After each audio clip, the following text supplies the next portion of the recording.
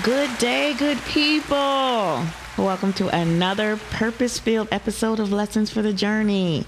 The purpose of this podcast is to share insights and information on women's wellness, understanding our whys, and the lessons that inspire us to take positive actions with ourselves, our families, and our communities. Our topics focus on women's wellness, seeing through a metaphysical lens, sharing spiritual insights, highlighting journey lessons, and building healthy relationships. I am your host, Dr. Heather Heteru, and I share this space with engaging co-hosts, guests, inspiring topics for every Friday at 12 p.m. for a transformative 1-hour experience here on Podcastic Live. And we're on Facebook and YouTube.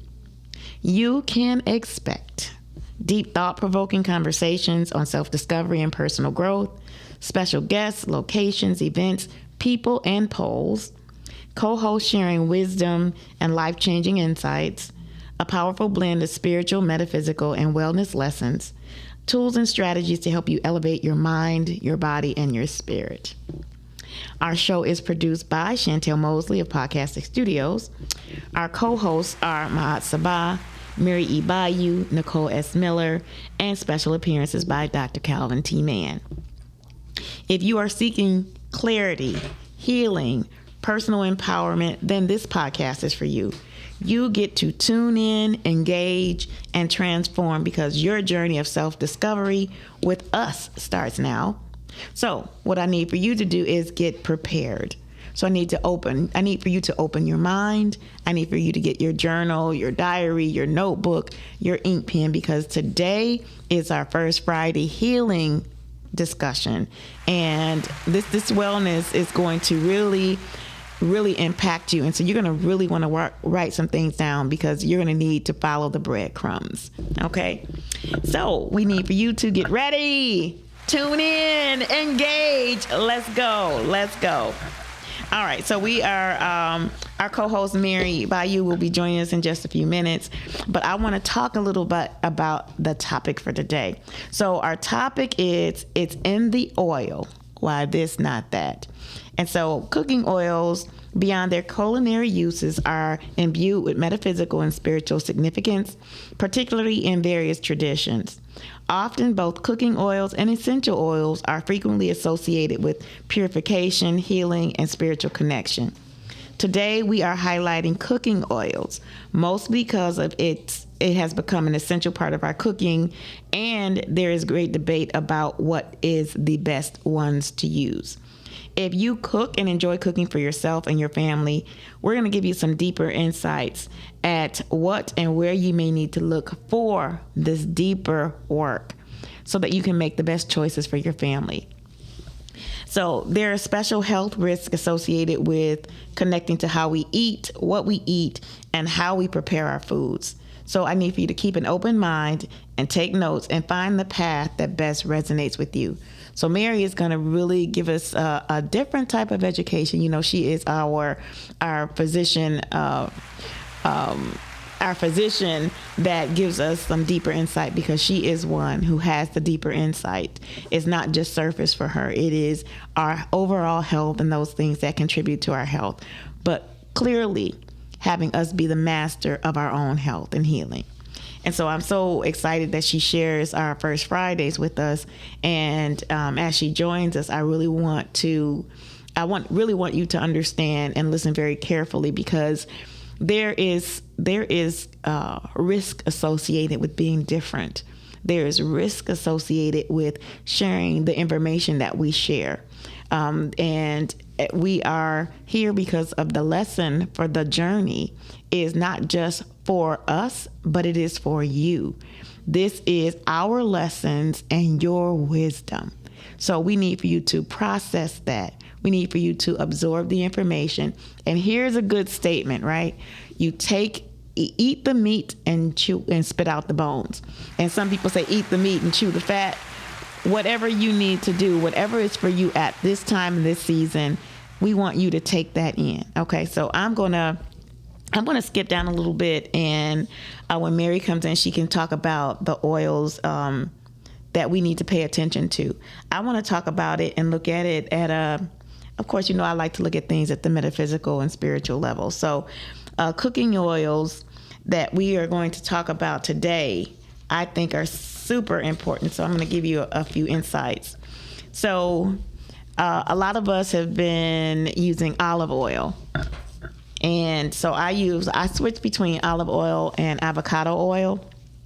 Not necessarily because of the taste, but because of how well it cooks, how it does affect the flavor.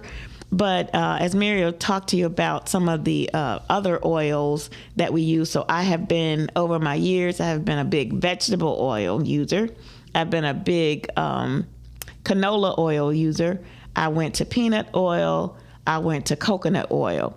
And so in my cooking. And so I still like fried foods. I do alternate with the air fryer, but I do still like my fried foods. It's part of my tradition, right? My fish, I like my fish fried, so I'm going to fry my fish. So I kind of move through what type of oils I'm going to use for that preparation. And because chicken in my household has been discontinued because my husband is allergic to chicken. Can you believe it? It's been discontinued in my household. So we had to move toward different types of meat. I don't want to call them meat substitutes, but other products or vegetables that we use in place of meat. We use a lot of zucchini in my house. We make zucchini noodles. We make zucchini bread. We make zucchini everything in my household. And so I don't ever have to really fry it, depending on the dish I'm making. So that's another, I just showing that because that's another way I use my oils. So olive oil is around, when you look at it through a spiritual and metaphysical lens, we're talking about purification and protection. It says in many traditions, olive oil is used for cleansing rituals and as a protective barrier against negative energy. So if it's used on the outside of you, how do you then use it on the inside of you when it comes to preparing your meals, preparing for, like I said, how you prepare your meals? I use my oils a lot for frying. Sometimes I use it for sauteing or marinating and things like that. But for the most part, I use my oils for for frying. And so I do use olive oil, but there are also a few others. With olive oil, spiritual cleansing. It's believed to purify both the body and the environment, promoting a sense of wellness and spiritual clarity. Also used for healing and anointing. It says historically used for anointing kings, priests, and sacred objects. Olive oil symbolizes blessings, divine favor, and spiritual healing. Connection to the divine. It says in Jewish and Christian traditions, it is seen as a conduit for divine presence and a symbol of God's blessings. So that's olive oil. So ghee is another one. Ghee is around creating a spiritual atmosphere. The rich, smoothing aroma of ghee is said to create a serene environment conducive to meditation, prayer, enhancing spiritual focus. Nourishment and purities is beyond its spiritual benefits. Ghee is also believed to nourish the body and promote overall wellness, contributing to a holistic sense of health and purity. And sesame oil is also the same, used in the same way and it also is much used in the Hindu rituals. It says sesame seed oil is associated with protection, purification, and is often used in lamps. It says it attracts good vibes. It says lighting their lamps with sesame oil is believed to attract positive energy, enhance relationships, and create a calm atmosphere. And then coconut oil, which is another one of my favorites. I use that internally and externally. Such in some traditions, coconut oil is associated with purity and is used for purifying homes and minds. And there's a red oil that's also linked to that, and it says that it is it helps to infuse the life force, vitality, and passion. And of course, the other oils are essential oils, and a lot of us are, familiar with the essential oils. Frankincense, myrrh, sandalwood, and others are specifically used for their spiritual and aromatic properties and practices such as meditation and aromatherapy. So those things are ways that we use oil and it still is about using cooking oils, right? Because what you use inside and out are the oils that I just shared with you.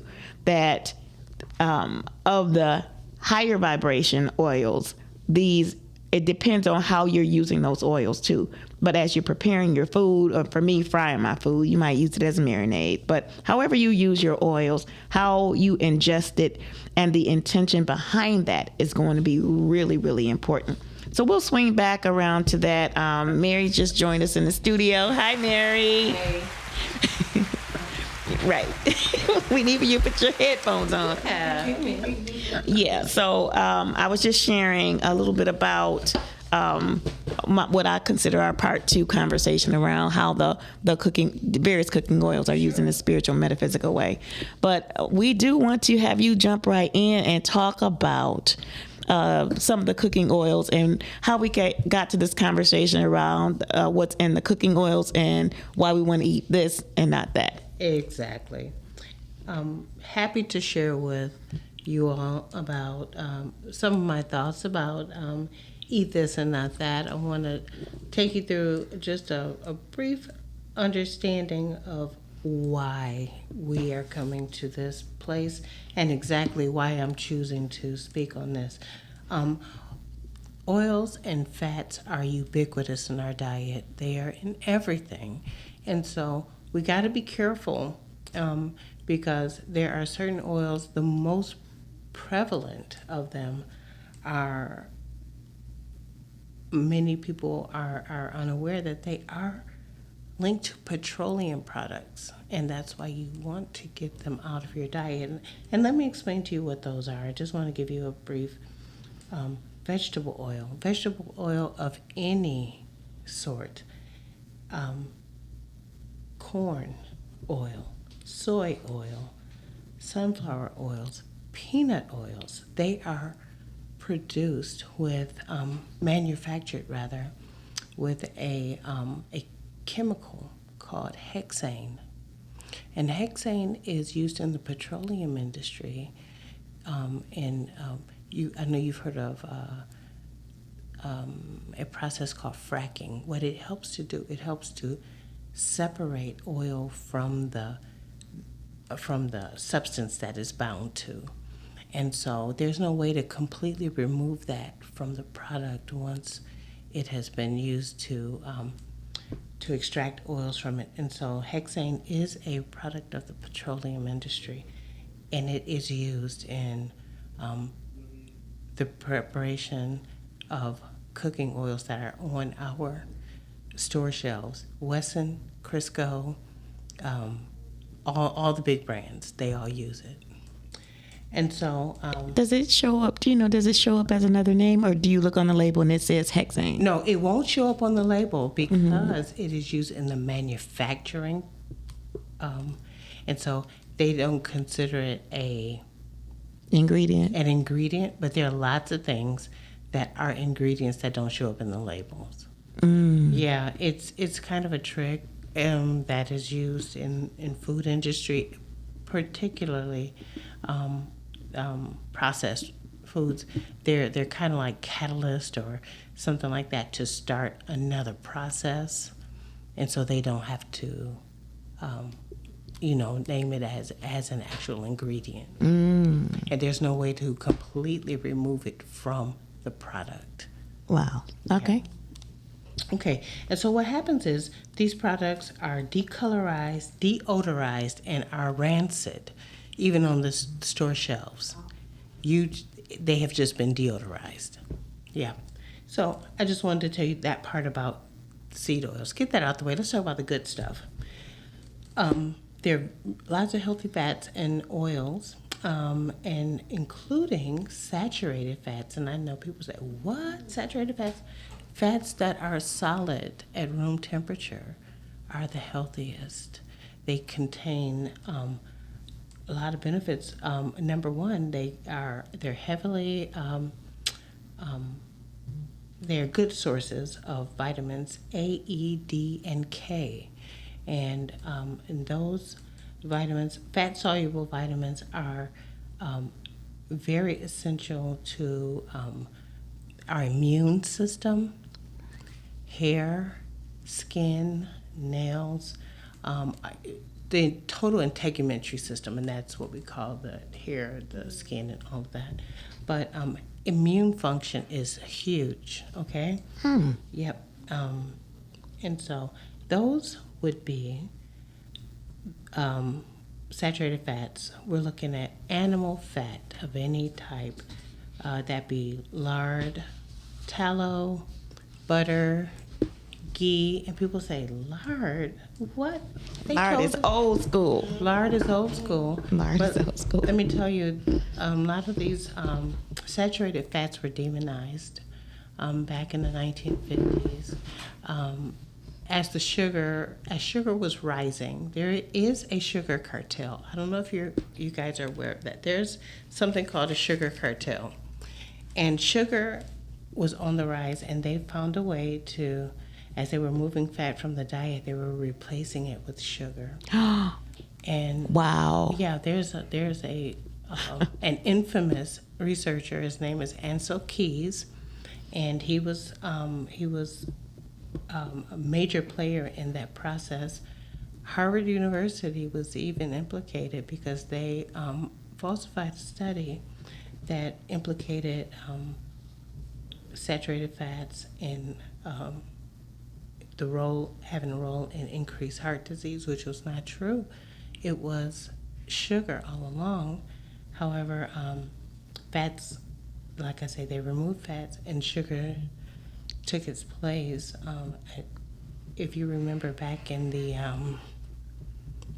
back some years ago, say 20 years, maybe a little bit, there was a product on the market called Olestra, and Olestra was a fat replacement, and they made chips. I think one of the first things they made with it was chips. And explosive diarrhea, it got pulled immediately because people could not tolerate it. Wow. The synthetic fats. And remember, I don't know if you remember the product Snackwell cookies. They were supposed to be the fat-free and, better for you. All they did was jack it up with sugar. It was a sugar bomb. And so that's the reason why heart disease, cancer, it has exploded, even though we have had we're following all these guidelines: low fat, high fiber, carb, plant-based diet, but autoimmunity has skyrocketed. I mean, so has heart disease, cancer. I remember back. Everyone has these stories about, my grandma, my grandpa back in the South. They were old, they were super old. Those folks hardly ever got to a doctor. They were slaughtering their own animals, raising their food. They were close to the land,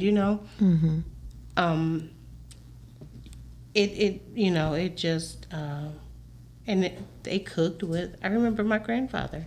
He would in Alabama.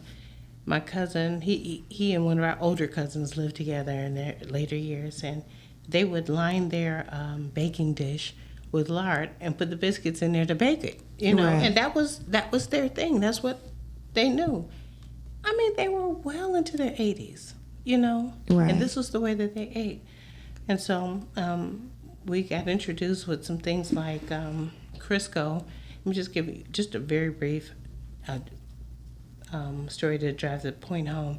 Crisco is the product of cottonseed oil, okay? Cottonseed, actual cotton seeds. So in the manufacture of cotton, you have all these seeds that are left. And so they were saying, well, what do we do with these seeds? And so they started to process them, and they got an oil, kind of a crude oil, cottonseed oil. Almost every vegetable oil started out as engine lubricants. They were used to lubricate engines. They still had a bunch of this oil left, and they said, well, what do we do? They further refined it, decolorized, deodorized it, and then they got the okay to put it on the market for stuff for us to eat. Do we eat cotton? Why are we eating Wow. oil from a cottonseed? And so that's how, then it was hydrogenated, Right. and it became Crisco. Wow. Yes. So when you speak of like the peanut oil, the vegetable oil, the sunflower oil, like those are actual things that we do eat that are close to nature. Why is that so dangerous? Because of the way it's processed. It's processed with the hexane oil. You tell me. I mean, honestly. Let's say corn oil. Let's just take. Everyone's had a piece of corn before. Have you ever had an oily piece of corn? I'm not talking about corn with butter on it. Just an oily piece of corn. Now it's shiny but never oily. Yeah. How do they get the oil out of the corn?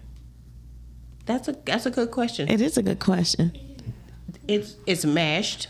Okay, they create a mash, blend it up, and then they process it with the hexane. So they add that to. That's right. They have the right to call that corn oil still. Yes, they add the hexane to it to separate the oil from the mash. Okay, and so that's why it's so inflammatory and toxic. And so peanuts are processed the same way. But some peanuts are oily. Okay, now this is the thing. I want you to go and crush up some peanuts and tell me how much oil you're getting out of it. Well, I mean, you mean like the peanut out of the shell? Yeah, I'm just saying. Right. Go get. I have a mortar and pestle. Throw some down in it and just beat those things to death. Tell me how much oil you're getting out. They have to process it. There's a process to get it out. Now there are other processes that are less toxic, and I believe it's called Expeller, Expeller. It does not use the hexane, if I'm not mistaken, but there are still most of these products, and especially if they're available on your supermarket shelf, they've been processed with hexane. Because that's the only way to make it cost effective. Right. Yeah. Right. So the other side of the story is we've got the good stuff. And if you are a person who avoid the good stuff, like I said, lard, tallow, butter, ghee, and if you're a person who doesn't consume animal products, we have other great options. Like my favorite is avocado oil, olive oil, coconut oil, that's a favorite too, palm oil. Oh, palm oil. Mm-hmm. And let me tell you something about palm oil that's great. You'll hear a lot of people say, oh, it's high in, this type of fat, that type of fat. Well, palm oil has such, it's an excellent source of vitamin E. And as a matter of fact, the vitamin E in palm oil is called a tocotrienol, and that's the highest, most active antioxidant. And it's so protective. It even protects the fruit itself. You consuming is one thing, but it protects the fruit itself. Wow. Yeah. And we, in my family, we eat a lot of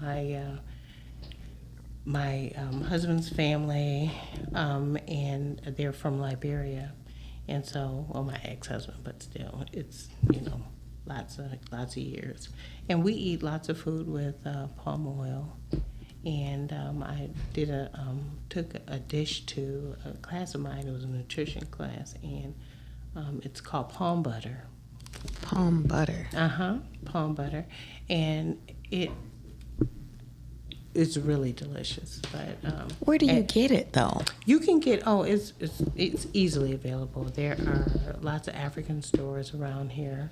There's one on 9 Mile. There's one 9 Mile in Coolidge area. Then there's another place 6 Mile near Grand River and in Redford. And so there are other African stores around too, but they sell it. And palm oil, and what palm butter is, it's a mash of palm nuts. And what happens is you boil it with meat and vegetables, and then once it gets to a certain consistency, you know, it's done, and you know, you season it. It's a lot more to it than that, but you eat it with rice, and some people eat it with fufu. My children like to eat it with fufu, and fufu is just a West African dumpling made of starch, and so yeah, but palm oil gets overlooked a lot, but it's a very and if you notice, it's a very stable stable product because of the strength of the antioxidant vitamin E.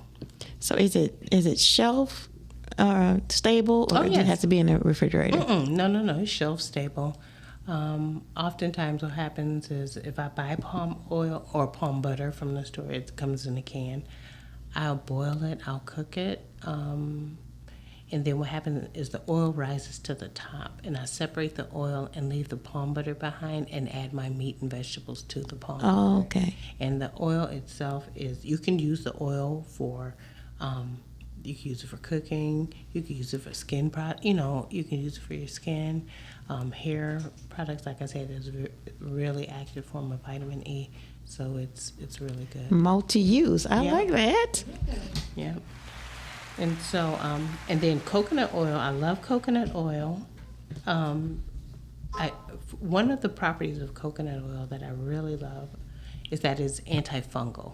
It has a great antifungal activity. It also has active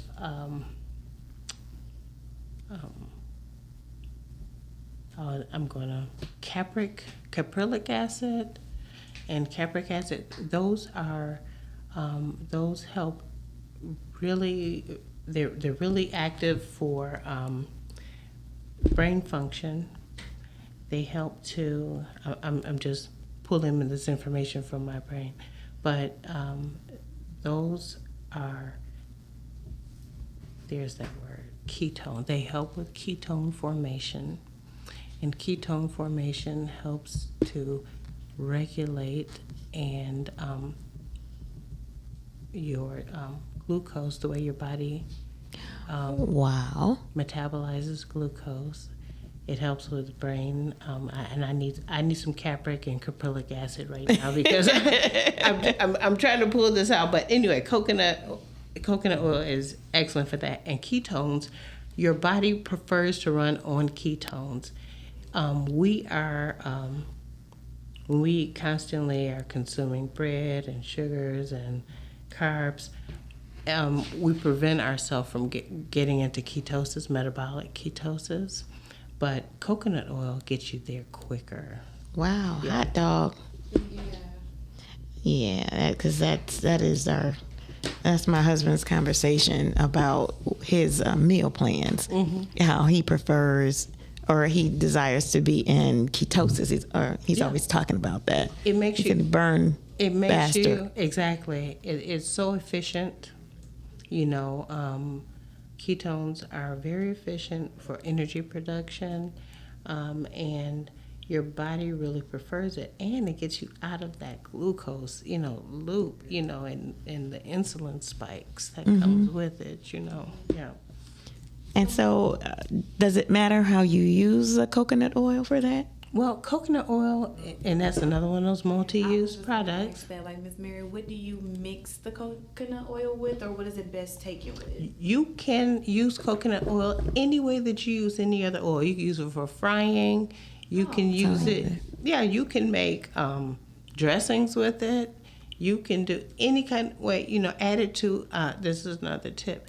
Add a teaspoon or so of coconut oil to your rice when you're cooking it, and you get a lowered spike from the carb. It helps to lower the Wow. Okay, so that means he can have rice now. Add a little, and it no change in the taste, and all the benefit. Wow. Mm-hmm. That is awesome.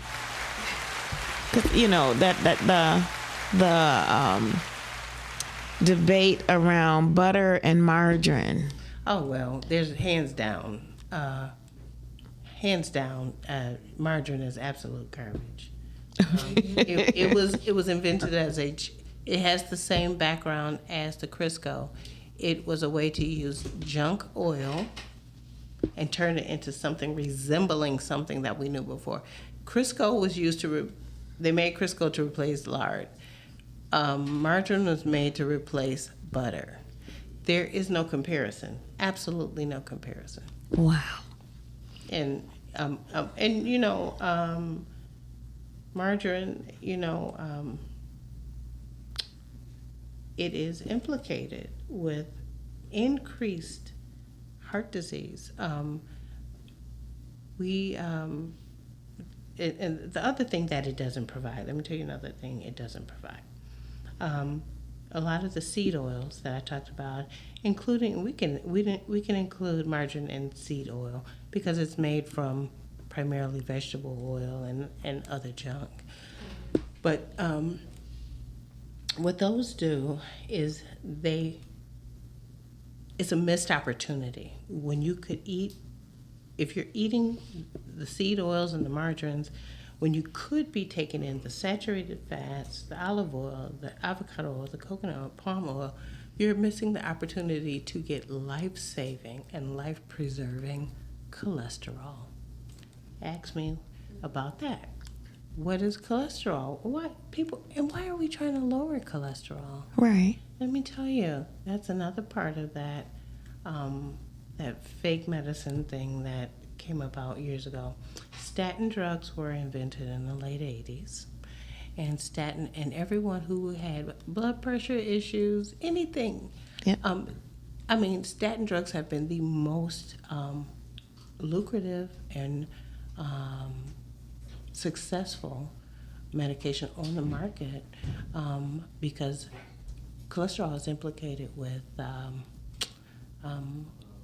heart disease, falsely right? with heart disease. So now this is it. They look at the blood, at the vessels, okay, and they see cholesterol there, and they say, well, that must be the problem. So let me just give you a little analogy. When you see a house on fire, and there's a fire engine there, and they're trying to put the fire out, do we assume that the firemen and the fire engine started the fire? That's the problem? Or they're there trying to help? That's what cholesterol does. Because sugar consumption skyrocketed so much in the system, sugar absolutely damages. Sugar damages blood vessels like shredding them, okay? Because we're only in our body, the total composition of our body, the total volume of blood that we have within our body, the most circulating sugar we should have at one time is equal to 5 milliliters. That's 1 teaspoon. Wow. And most of us have far more than that circulating. So what happens is sugar goes in and tears stuff up. That's what happens to the nerves in your feet, the nerves in your fingers, especially for diabetics, because there's too much sugar in circulating sugar. So cholesterol goes to these tears and these places that have been damaged and lays down or protection, to try to heal that body part. Thinking, this is my smart human, they're going to stop eating like this and get back to, a state of health. But we don't do that. And cholesterol has to keep coming back and repairing things. Cholesterol repairs. Cholesterol is essential for every cell in your body. Now think about it. Every cell in your body is dependent on cholesterol for structure, okay? That includes sex hormones, that includes when I say everything, I mean everything. So, men, erectile dysfunction, a lot of that. What happened? We're in a race to lower cholesterol. And so sex hormones are plummeting. Wow. Women, we have all kind of problems. We have, especially around menopause, we have, and isn't it funny that the age of menopause is also the age when most women get on these statin drugs, and the symptoms of menopause are horrendous, out of control for many women, and so this thing that was, and cholesterol is so important, our liver makes it. Why are we trying to get rid of it? Our liver makes cholesterol. Yeah. It's essential to every function in your body. Wow. Okay. So this raises a few more questions. So when I think about when you talked about just the insulin, and so what do we do and how do we do it if everything is made with sugar? Well, that's a great question. So we got to read labels, and you got to vote with your pocket. And the things that you can't do without, or things that you think you can't do without, it's on you to find an alternative, because these people won't stay in business if you're not buying it. So this is the thing. There are alternatives, and I don't completely eat. I'm not completely no sugar, but there's some things that and sugar is sugar. Okay, molecule for molecule. I don't care where you get your sugar from. If you get it from fruit, if you get it from table sugar, if you get it from coconut sugar, sugar is sugar. But in terms of caloric impact. But this is the thing. You can find less processed alternatives. Like I do use, it's a coconut sugar. It's like a roasted coconut sugar. I use that. Coconut sugar. Dates are great. I use a date syrup. Let's see, what are some other alternatives? Those, and I love the coconut sugar because it kind of has a little roasted. It's kind of a caramelly like flavor, so adding it to like coffee or tea and stuff like that. Does it work in lemonade? Yeah, absolutely. Have you ever heard of this? Have you? There are people who roast. Have you ever had roasted lemon lemonade? No, I've not even heard of it. Yeah, you know how people put pineapples on a grill? How they grill? You can grill lemons like that, and it makes a really delicious lemonade. Wow. Okay. Okay, now that's opening up my world a bit. Yeah. For the grill. Yep. Right. Roasted lemons on the grill are amazing. Yep. And just you know what it may taste like, squeezing lemon over your food, whatever. But the roasting gives it just a whole nother. Wow. Yeah, we're gonna have to try that. Yeah. We're gonna have to try that. Yeah. Oh, okay. So let's say I am making this commitment to rebuilding my family's eating lifestyle. So I like fried food. I like fried food. Me too. It's that culture. It's that heritage. It's in our DNA. I'm telling you. It is. And so I'm thinking where I use those oils. So I prefer butter over margarine. But I have been a fan. I have been connected to Bluebonnet for some years. That it was always a staple, So undoing my Bluebonnet. So what I tend to do, I get both. I get the unsalted. I use unsalted products, so I get unsalted butter. I use that because I know the other part of it is this overindulgence of salt. It's sugar, salt, and now the oils. Don't blame salt for what sugar did. Okay. Yeah, and we did. Are they completely different? Absolutely. Okay. So first of all, let me tell you the difference. Sugar, just sugar in itself, we never need to purchase or consume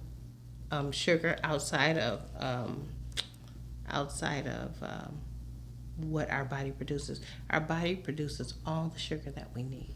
Your liver is such an amazing organ. We could have a conversation just about the liver. We're gonna have that conversation Yeah. about the liver. We need to have that conversation. Yeah, because keeping it healthy, that's one of the hallmarks for long life. How healthy your liver is. Absolutely. Your liver will make all the sugar, all the carb that you need. Is called a process called gluconeogenesis, and gluco, sugar, neo, new, making, genesis, and it will make all that you need. Now, this is the thing: salt. Our body doesn't necessarily make salt, but salt is so essential to us. Salt was never the problem. Your body knows what to do with excess salt. Let me tell you why salt becomes a problem, or how salt becomes a problem. When we overconsume sugar, our body has this massive output of insulin. Okay, massive spike of insulin, producing insulin to get that sugar out of your system. What happens at the kidney level, when you have high insulin will then make you retain salt. Okay, that's why people are saying, "Oh, I'm having a salt retention problem." It's not just that you ate the salt; it's because you're eating all these carbs, all these sugars, that is causing your insulin spike. Your body knows what to do with the salt, but you got more than just the salt as an issue. Okay, so I encourage salt consumption. Actually, but this is the other piece. If salt was the problem, okay, as soon as you hit an emergency room with any problem, they give you what? A saline bag. Yes, they do. Yes, they do. Yeah. Salt isn't the problem. Salt is actually a savior. Wow. So, okay, so I want to shift and look at these things. I do want to talk about two things. I want to talk about the effect of these oils, if any, on anemia and fibroids in women. I really would like to dive into that. I know. Do we have enough time to keep going? Okay. I really would like for you to talk a little bit, because this conversation around fibroids, anemia, and the heavy bleeding with women. Oh, Tell me. happy to. Everything that is considered a seed oil, processed, all of those, they contribute to inflammation. All of them contribute to inflammation. Okay. Every condition is impacted by inflammation. Heavy bleeding, we got uterine dysfunction. We got to get back to where is our diet not supporting us? Okay? And that to me, that's the beginning of it all. Where's your diet not supporting you? Because if you have an inflamed uterus, any dysfunction is welcome to go wild. Any dysfunction is welcome to go wild. So now, the heavy bleeding. Most of the time, the heavy bleeding in women, people, and I'm always correcting individuals. They're saying, "Oh, I have this really heavy period," and I said, "That's not a period. You're not having a period. That's called anovulatory bleeding, for the most part." And what anovulatory bleeding means, bleeding without ovulation. That is what a period is. You have to ovulate for it to be considered your period. Otherwise, what happens with anovulatory bleeding is this. Your uterus keeps laying down tissue, the coating, the lining. And then what happens is, over time, it gets so heavy that it outgrows its blood supply. Okay, and then it sheds. And you think that's a period. But it's coming at all these weird random times, and so and then you're like, well, I just had a period. You know, you may have had all the accompanying, abdominal, the cramps and stuff like that. But then you're confused. Why am I bleeding again? That's what heavy bleeding does, and that is metabolic dysfunction. Okay? Oftentimes you're in estrogen dominance. Okay? You have overproduction of estrogen. So how do we get to overproduction of estrogen? Well, what happens is we have a lot of adipose tissue, a lot of fatty tissue, and so we do have a level of testosterone. Men have a little bit of estrogen. We have a little bit of testosterone, But what happens is this testosterone gets converted through the fatty tissue to estrogen. And so we're in an estrogen dominant situation. So we keep growing this uterine tissue, that's outside of the regular, monthly cycle. And so, like I said, you keep growing, it gets so thick, and then it outgrows its blood supply and has to shed. So, and that's a problem because, why is it a problem? Because it leads to anemia, okay? So we're bleeding, but we're not replenishing, we don't have that time to replenish, and a lot of that has to do, I got to get back to it.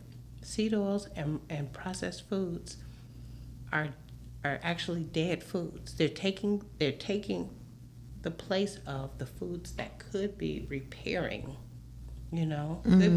could be repairing. It's such a struggle for myself. There's stuff I love. I mean, the memory of it. It'll make me turn my car around to go, Right. But then I have to tell myself that is not, that's not going to. You're hungry. That's not nourishing you. It's not. It just isn't. It's not anything nourishing. Get something. It's just in the memory. It's in the memory, and that's strong. It's strong. Let me tell you, my weakness. Better made potato chips. Oh, don't talk about the barbecue Better Made. And for me, it's the plain. I used to work at a bank, and they had we had the Cross and Peters account. That's a Better Made Cross and Peters, and at the holiday time, they would bring us a whole big case like this of potato chips, fresh off the line. Now what did we eat? Yeah. What did we eat? We didn't eat anything else until it was gone. Right. And so it's just that memory of it, and it is such a difficult thing for me to pass up. But it's not. I have to work with myself. This is not. I have to tell myself this isn't food. It isn't food. It isn't nourishing my body. I am a woman of certain age. I'm approaching 60. It's like, lady. I have to make myself really, stop acting up. So, are there times? Is it what is it called? A cold turkey, like when you completely stop and give it up, or can you do certain things in moderation? Yeah, I would say that's probably the best way. I'd say, if you're trying to clean up, I'd say pick one thing at a time. Change out the way your family uses sugars. The sugar is going to be, I'm the one that has sugar issues. My change out has been to buy more fresh fruits than cookies. Like and I don't know how much helpful this is, but if I get cookies, I buy the frozen ones. So I have to take the time. You have to do work. I have to do the work. But that's a cognitive switch. You know what I'm saying? I mean, but those warm cookies out of the oven are the bomb. I know that. They are. But that's like I said, a cognitive switch. This is not the best for you. You're going to make a little work for yourself to get it. It's a delayed gratification thing too. Yeah. It's not like going in and just grabbing a Chips Ahoy. Right. And I don't. It's very rare that I would buy shelf cookies. Like if I'm having an event, I might go to Sam's Club or one of the big box places and grab because they're already prepared. I don't have to do any work. But other than that, occasionally, I do like the donuts from the bakery occasionally too. They're all so good. They're so fresh. All of that. Yes, ma'am. And the thing is, one thing I would encourage you, dear one who is loved so much, leave that blue bonnet alone. Oh yeah, absolutely. I can release that now, and I can replace it with palm butter. I already use coconut oil, but now I can.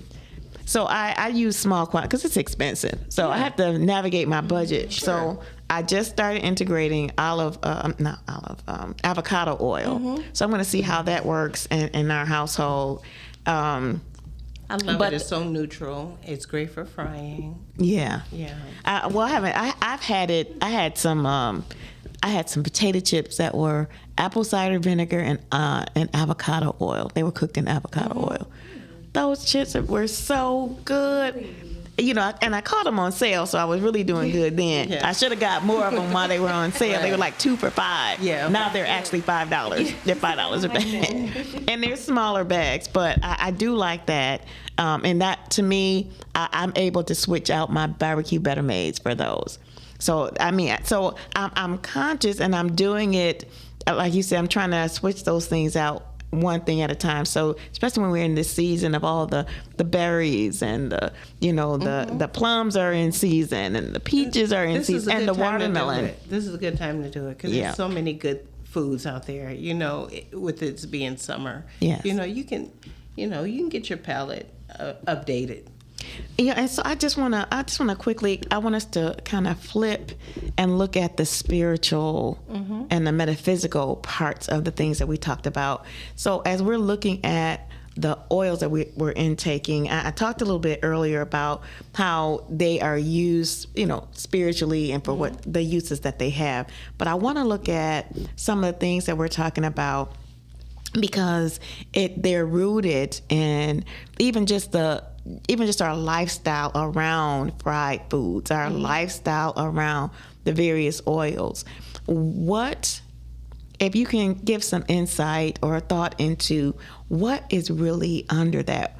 The oil, I believe that part of the reason why we are so attracted to the oil is because of our long history of what the oils produce. So if the oil is the light, then we are also in our distant memory and maybe in our genetic memory pulling that oil and resonating with it because we see it as a light or another way that it's illuminating this path. Maybe it's around food, maybe it's around nourishment that we're also pulling in, not just what the label says that it is, but what we need internally. So if we need oil for lighting our way, that means that we can look at other alternatives for how we are lighting our path. Absolutely. So what might that be that is really lighting your path? Is it that you feel good? It's the sensation that food excites you around the flavor or the feel-good hormones that it's bringing to you. What is it really doing for you? And so I think if we begin to look at our lifestyle change, whether it's diet, whether it's behaviors, whether it's attitudes, if we start to look at what does that thing represent or model in your life so you can look deeper up under it. What does it represent? We know what the oil often represents, the purity. It represents the ritual. It represents these things that we can express in the way that it is meant to express, and this is not the only way to help us with the addiction. Your thoughts? May I just a light unto your feet and a lamp unto my path. I want you to think about this. Olives. The thing with olives, a pound of olives, 2 pounds of olives, is never more valuable than the oil that comes from those olives. It's the work you put into it that makes the oil. You gotta put work into it. to get Yes. the oil. You can get a handful of olives for pennies, but the oil is going to cost you dollars. Mm-hmm. So I just want you to. Oil has always been a premium product. Take in the best. Invest in the best. Absolutely. I thank you for that. And I wanted to also, and Mary, I know you do cook because I've been at your house when you have when you had a spread. But I'm thinking about this. One of the benefits for me and my cooking is from the time I'm picking out whatever it is, I'm praying over it. I have intentions for it, and I'm speaking to it like I'm pulling the. Oh, you look good. You're gonna be good for my family. You're gonna be good in this meal, especially with my zucchini, because I use so much zucchini. So when I go and I shop for it, I'm picking it up. I'm like, oh, you got a little blemish, but that's okay. I'm gonna take you. You're gonna be good, and I'm gonna make this and this, and I'm talking to. I know people look like, what is wrong with her? But my intention for how I use food for myself and my family is so important to me. Because everything I make it out of love. Sure. And I want it to be healthy for them. And that is my intention. So if I'm upset about something, I don't cook. I settle myself down first. I settle myself down first. I love it. When I bring things into my house, I disinfect everything. I say, you are not welcome here. You do not belong here with my family. You must be discarded. Sure. And I do that for everything. I mean, it's so, you can imagine what shopping is for me. It's a labor of love. It absolutely is a labor of love. And so once I do that and I put it away, I break down the product depending on what it is. And I try to make sure that everything has a place.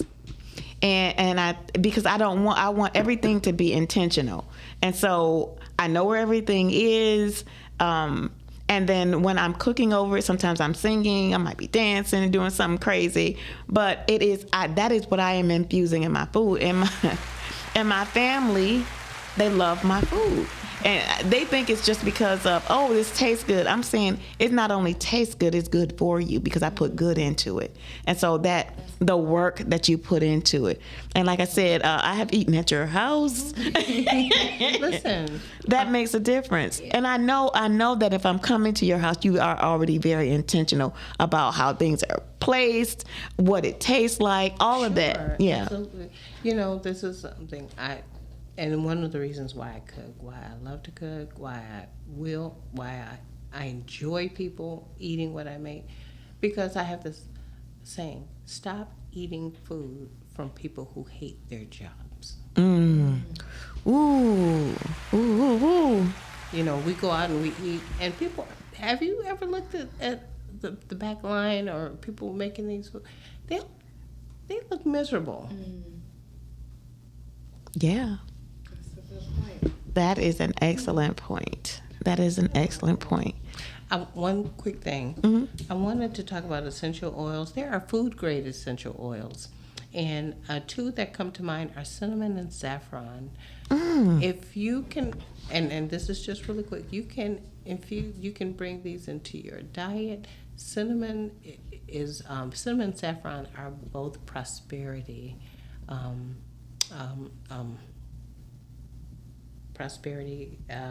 spices. Okay, and I want you to think about how you can incorporate, things like cinnamon and saffron for abundance work in your life. Thank you for that. I do. I infuse cinnamon in a lot of things, and I use it too, just to change the energy in my house. I'll just boil it on the stove, the raw cinnamon. That's right. I'll just boil it on the stove, especially if in wintertime when people are feeling less than. First of the month, a little cinnamon in your house. Ooh. All right. Well, I am so excited that you joined us today. I hope you took notes. I took notes on my notes. I hope there was something that is here for you to help you change your mind, change your condition. These are the lessons for the journey. These are the lessons that we have lived and we are experiencing, and we want you to have the benefit of our experience. To make it yours. Use it as you need to. Follow the breadcrumbs. Follow the breadcrumbs, especially our women and our women's health and our health challenges. We have to get to the root of what is really our issue. We cannot, consider that our medicines are not the only way and not the only answer. So I encourage you to follow the breadcrumbs. Follow it back to its natural source. Go to source for your health and healing. That has to be a part of it. It can't all be what's on the surface or what's on the outside. It's also about what's happening in the inside of you. This is Dr. Heather Head-Heru. I am so excited to be with you as we kick off the month of August and the rest of this year. There are some amazing things coming up with Lessons for the Journey and Your Inspired Journey. So stay tuned. Also, follow Chantel Mosley at her podcast on Thursdays. Chantel, give us a quick shout out before we go. Yes, One Step Closer every Thursday at 1 p.m. on Podcasting Network. Thank you. And we're looking forward to seeing you next Friday for our next exciting episode of Lessons for the Journey. Stay clear.